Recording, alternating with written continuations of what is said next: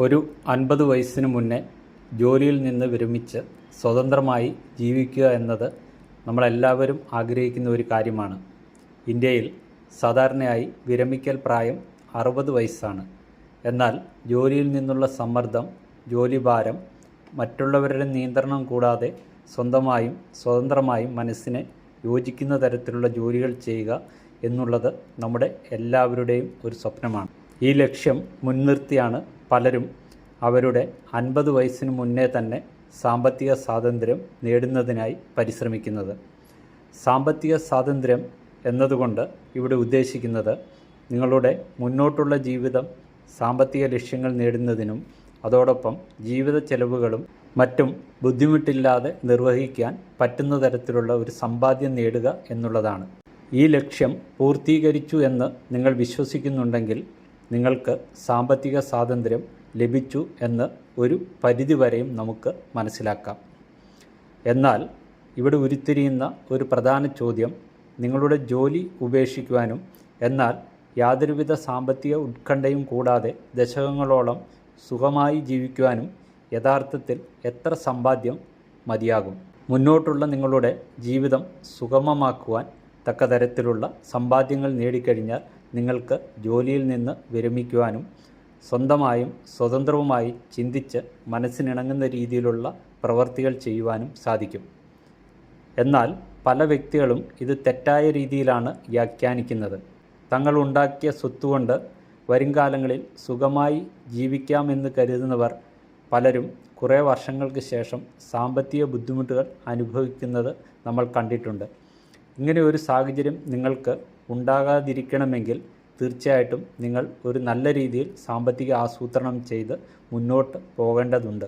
ഇവിടെ ശരിയായ രീതിയിലുള്ള സാമ്പത്തിക ആസൂത്രണം കൊണ്ട് മാത്രമേ നിങ്ങൾ ഉദ്ദേശിക്കുന്ന പ്രായത്തിന് മുന്നേ നല്ലൊരു സമ്പത്തുണ്ടാക്കി ആ സമ്പത്ത് പിൽക്കാലത്ത് വേണ്ട രീതിയിൽ ഉപയോഗപ്പെടുത്തുവാൻ സാധിക്കുകയുള്ളൂ. ഫയർ അഥവാ ഫൈനാൻഷ്യൽ ഇൻഡിപെൻഡൻസ് റിട്ടയർ എയർലി എന്നുള്ള ഫോർമുല പലപ്പോഴും വ്യാപകമായി ഉപയോഗിക്കുന്ന ഒരു റിട്ടയർമെൻറ്റ് പ്ലാനിംഗ് ഉപാധിയാണ്. ഫയർ പോലുള്ള സാമ്പത്തിക ഫോർമുലകളുടെ പ്രാധാന്യം മനസ്സിലാക്കി മുൻകൂറായി തന്നെ വിരമിക്കൽ പദ്ധതികൾ തയ്യാറാക്കാം. ഇതിൽ ഏറ്റവും പ്രാധാന്യമർഹിക്കുന്നത് ഒരു റൂളാണ് 4% റൂൾ. ഈ 4% റൂൾ കൊണ്ട് ഉദ്ദേശിക്കുന്നത് വിരമിച്ച ശേഷം നിങ്ങൾ സ്വരുക്കൂട്ടിയ സ്വത്തിൽ നിന്ന് വർഷം തോറും 4% വരെയും സുരക്ഷിതമായി പിൻവലിച്ചാൽ നിങ്ങളുടെ നിക്ഷേപം കാലിയാകാതെ തന്നെ മരണം വരെയും സുഖമായി ജീവിത ചെലവുകൾ നടത്താം എന്നുള്ളതാണ്. ഉദാഹരണമായി നിങ്ങളുടെ വാർഷിക ചെലവ് 6 ലക്ഷം രൂപയാണെങ്കിൽ ആവശ്യമായ കോർപ്പസ് 1,50,00,000 രൂപയായിരിക്കും. വർഷം തോറും 6 ലക്ഷം രൂപ പിൻവലിച്ച് ശേഷിച്ച തുക വളരുവാൻ അനുവദിക്കുന്ന വഴി കുറഞ്ഞത് 25 മുതൽ 30 വർഷം വരെ സാമ്പത്തിക സുരക്ഷത നിലനിർത്തുവാൻ കഴിയും. എന്നിരുന്നാലും ഈ രീതിയിലും തെറ്റ് സംഭവിക്കാൻ എല്ലാ സാഹചര്യങ്ങളുമുണ്ട്. വിപണിയിലുണ്ടാകുന്ന ഇടിവുകൾ, അപ്രതീക്ഷിതമായി വരുന്ന ആശുപത്രി മറ്റ് ചെലവുകൾ, പ്രതീക്ഷിച്ചതിലുമധികം ജീവിച്ചിരിക്കുന്നു എന്നിവ ഈ നിക്ഷേപത്തുകയുടെ വളർച്ചയെ പ്രതികൂലമായി ബാധിച്ചേക്കാം. നിങ്ങളുടെ സാമ്പത്തിക അവസ്ഥയ്ക്ക് അനുയോജ്യമായ രീതിയിൽ ഉചിതമായ പദ്ധതികളിൽ നിക്ഷേപം നടത്തേണ്ടതും, അതായത് പോർട്ട്ഫോളിയോ ഡൈവേഴ്സിഫിക്കേഷനിലൂടെയുള്ള നിക്ഷേപതന്ത്രം സമയാസമയങ്ങളിൽ വിലയിരുത്തുകയും ഉചിതമായിട്ടുള്ള രീതിയിലുള്ള മാറ്റങ്ങൾ വരുത്തേണ്ടതുമാണ്. അല്ലാത്ത പക്ഷം പലപ്പോഴും നമ്മൾ ഉദ്ദേശിക്കുന്ന രീതിയിലുള്ള സാമ്പത്തിക ലക്ഷ്യം കൈവരിക്കുവാൻ സാധിക്കാതെ വരും. നിങ്ങൾ മ്യൂച്വൽ ഫണ്ടുകളിൽ നിക്ഷേപം നടത്തുവാൻ ആഗ്രഹിക്കുന്ന വ്യക്തികൾ ആണെങ്കിൽ ഈ വീഡിയോയുടെ ഡിസ്ക്രിപ്ഷനിൽ കൊടുക്കുന്ന ലിങ്ക് ഉപയോഗിച്ച് രജിസ്റ്റർ ചെയ്യുക. ആംഫി രജിസ്റ്റേർഡ് ആയിട്ടുള്ള ഒരു MFT നിങ്ങളുടെ നിക്ഷേപ ലക്ഷ്യങ്ങൾ മനസ്സിലാക്കി നിങ്ങളുടെ റിസ്ക് എടുക്കുവാനുള്ള താല്പര്യം കണക്കിലെടുത്ത് നിങ്ങൾക്ക് അനുയോജ്യമായ മ്യൂച്വൽ ഫണ്ട് സ്കീമുകൾ ശുപാർശ ചെയ്യുന്നതാണ്. മ്യൂച്വൽ ഫണ്ടുകളിൽ നിക്ഷേപം നടത്തുവാൻ ആഗ്രഹിക്കുന്ന വ്യക്തികൾ മാത്രം രജിസ്റ്റർ ചെയ്താൽ മതി. നിങ്ങൾ നേരത്തെ വിരമിക്കുവാൻ ആഗ്രഹിക്കുന്ന വ്യക്തികളാണെങ്കിൽ അതിനുള്ള സമ്പാദ്യം കണക്കാക്കുമ്പോൾ കൂടുതൽ സൂക്ഷ്മത പുലർത്തേണ്ടതുണ്ട്. ഉദാഹരണമായി നിങ്ങളുടെ വാർഷിക ചെലവ് 3,60,000 രൂപ ആണെന്ന് കരുതുക. ഈ വാർഷിക ചെലവിൻ്റെ കുറഞ്ഞത് 25 മുതൽ 50 മടങ്ങ് വരെയും കോർപ്പസായി സ്വരൂപിക്കുവാൻ ശ്രദ്ധിക്കണം. അതായത് 3,60,000 രൂപ വാർഷിക ചെലവുള്ള ഒരു വ്യക്തി കുറഞ്ഞത് 90 ലക്ഷം രൂപയുടെയെങ്കിലും കോർപ്പസ് രൂപീകരിക്കേണ്ടതായിട്ടുണ്ട്. പണപ്പെരുപ്പം കൂടി കണക്കിലെടുത്താൽ നിങ്ങൾ ഇതിലും അധികം തുക റിട്ടയർമെൻറ്റ് ആവശ്യത്തിനായി കണ്ടെത്തേണ്ടതായി വരും. രൂപീകരിക്കുന്ന കോർപ്പസ് നിങ്ങളുടെ വിരമിക്കലിന് ശേഷം നല്ല ഇൻവെസ്റ്റ്മെൻറ്റ് ഓപ്ഷൻസിൽ തിരഞ്ഞെടുത്ത് കൃത്യമായിട്ടുള്ള രീതിയിൽ നിക്ഷേപം നടത്തണം. അതിന് തിരഞ്ഞെടുക്കേണ്ട നിക്ഷേപ പദ്ധതികൾ മൂലധന വിപണിയിൽ നിക്ഷേപം നടത്തുന്ന തിരഞ്ഞെടുത്ത ഇക്വിറ്റി ഫണ്ടുകൾ, ഡിജിറ്റൽ ആയി നിക്ഷേപം നടത്താവുന്ന സ്വർണം, വെള്ളി, അതോടൊപ്പം തന്നെ ഡിജിറ്റലായി നടത്തുന്ന റിയൽ എസ്റ്റേറ്റുകളിലുള്ള നിക്ഷേപങ്ങൾ എന്നിവയുമാകാം.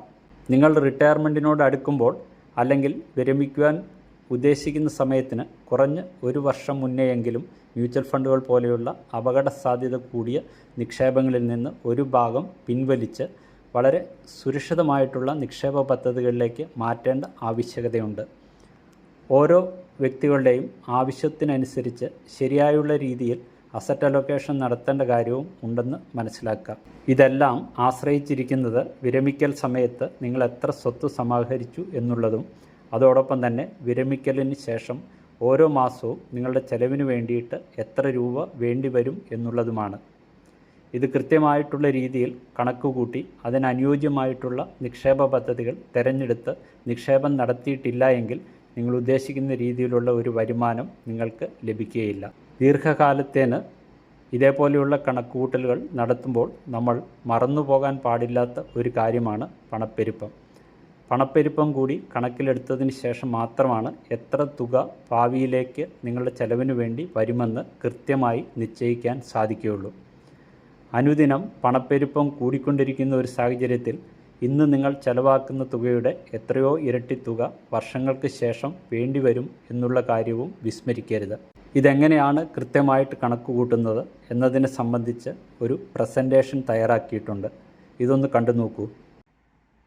ഈ പ്രസൻറ്റേഷനിൽ വിശദീകരിക്കുന്നത് എങ്ങനെയാണ് പ്രോപ്പറായിട്ടുള്ള രീതിയിൽ നമ്മുടെ ഫൈനാൻസ് പ്ലാൻ ചെയ്താൽ 50 വയസ്സിന് മുന്നെയോ അല്ലെങ്കിൽ നിങ്ങൾ ഇഷ്ടപ്പെടുന്ന സമയത്തിന് മുന്നേ ആയിട്ട് നിങ്ങൾക്ക് കംഫർട്ടബിളായിട്ട് റിട്ടയർ ചെയ്യാൻ പറ്റുമെന്നുള്ളതാണ്. ഇത് വ്യക്തമായിട്ട് ഈ പ്രസൻറ്റേഷനിൽ വിശദീകരിക്കുന്നുണ്ട്. ഉദാഹരണമായിട്ട് എടുത്താൽ നിങ്ങൾ 30 വയസ്സുള്ള ഒരു വ്യക്തിയാണ്. നിങ്ങൾ 60ാമത്തെ വയസ്സിൽ റിട്ടയർ ചെയ്യാൻ ആഗ്രഹിക്കുന്നുണ്ട്.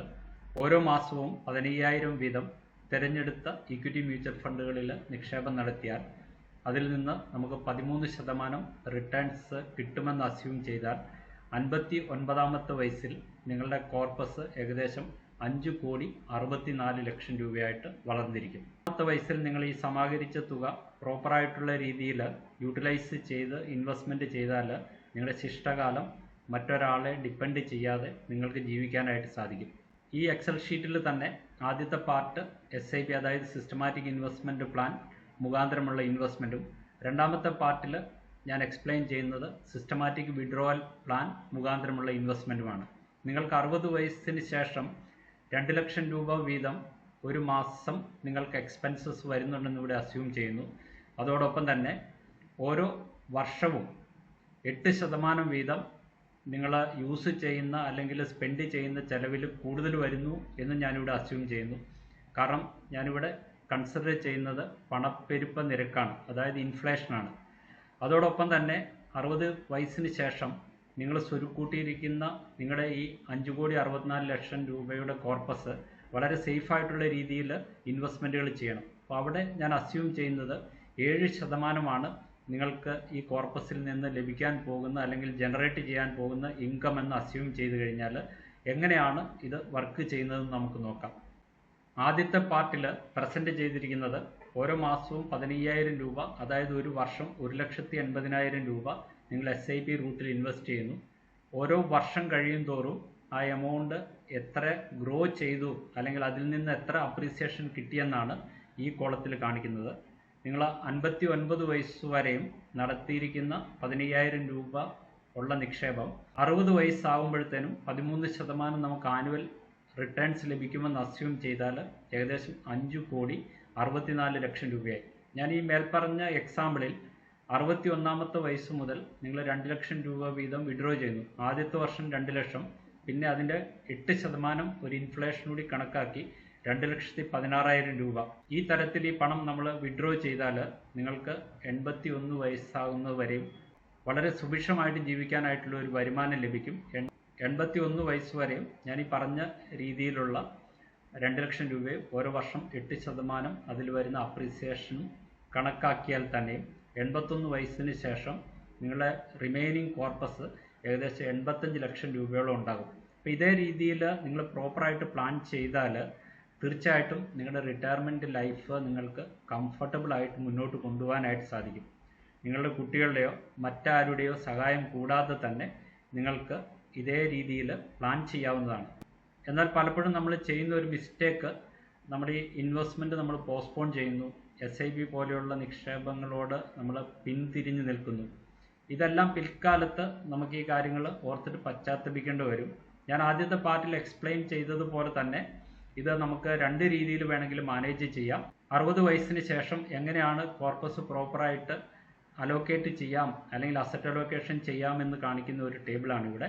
10 വയസ്സിൽ നമ്മുടെ കോർപ്പസ് ഏകദേശം 5,64 ലക്ഷം രൂപയാണ്. അതിൽ 3,64 ലക്ഷം രൂപ ഞാൻ മ്യൂച്വൽ ഫണ്ടുകളിൽ തന്നെ കീപ്പ് ചെയ്യുന്നു. അതിൽ 12% റിട്ടേൺസ് കിട്ടുമെന്ന് ഞാൻ അസ്യൂം ചെയ്യുന്നു. സേഫ് ആയിട്ടുള്ള ഇൻവെസ്റ്റ്മെൻറ്റിന് വേണ്ടിയിട്ട് 2 ലക്ഷം രൂപ ഞാൻ മാറ്റി ഏകദേശം 6% റിട്ടേൺസ് കിട്ടുന്ന ഒരു ഇൻവെസ്റ്റ്മെൻറ്റ് ഓപ്ഷനിൽ നിക്ഷേപം നടത്തുന്നു. അതിനുശേഷം ഓരോ വർഷവും 18 ലക്ഷം രൂപ വീതം ഞാൻ എൻ്റെ ചെലവിന് വേണ്ടിയിട്ട് വിഡ്രോ ചെയ്യുന്നു. ഇവിടെ ഞാൻ അസ്യൂം ചെയ്യുന്നത് ഓരോ 5 വർഷത്തിലും 6% വീതം ഇൻഫ്ലേഷൻ കൂടി കൂട്ടി ആണ് ഈ ടേബിളിലൂടെ വർക്കൗട്ട് ചെയ്തിരിക്കുന്നത്. അതായത് 5 വർഷത്തിന് ശേഷം 66ാമത്തെ വയസ്സിൽ ഞാൻ ഈ ടോട്ടൽ ഇക്വിറ്റി റിലേറ്റഡ് ആയിട്ടുള്ള കോർപ്പസിൽ നിന്ന് 3 കോടി രൂപ വിഡ്രോ ചെയ്ത് അത് ഡെറ്റ് അല്ലെങ്കിൽ ഗ്യാരണ്ടീഡ് ആയിട്ട് റിട്ടേൺസ് കിട്ടുന്ന കോർപ്പസിലേക്ക് മാറ്റുന്നു. 10 വർഷങ്ങൾക്ക് ശേഷം കംപ്ലീറ്റ് ആയിട്ടും ഇക്വിറ്റിയിലുള്ള പോർഷൻ വിഡ്രോ ചെയ്ത് ഡെറ്റ് പോർഷനിലേക്ക് മാറ്റുന്നു. ഇവിടെ ഞാൻ അസ്യൂം ചെയ്യുന്നത് റീസണബിൾ ആയിട്ടുള്ള 6% ഇൻട്രസ്റ്റ് ആണ്.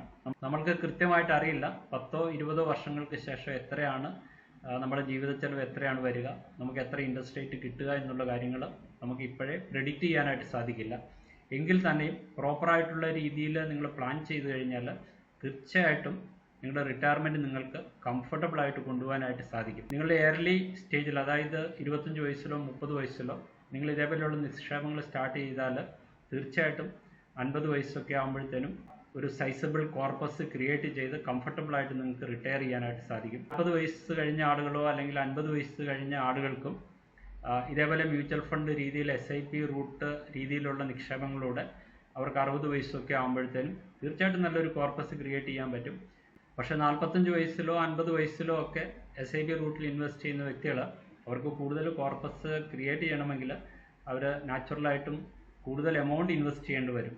എങ്കിൽ തന്നെയും ഇതേപോലെ ഇൻഫ്ലേഷനെ ബീറ്റ് ചെയ്യുന്ന ടാക്സ് എഫിഷ്യൻ്റ് ആയിട്ടുള്ള രീതിയിലുള്ള ഒരു ഇൻവെസ്റ്റ്മെൻറ്റ് രീതി എന്ന് പറയുന്നത് മ്യൂച്വൽ ഫണ്ടിൽ മാത്രമാണ് നമുക്ക് കാണാനായിട്ട് സാധിക്കുകയുള്ളൂ.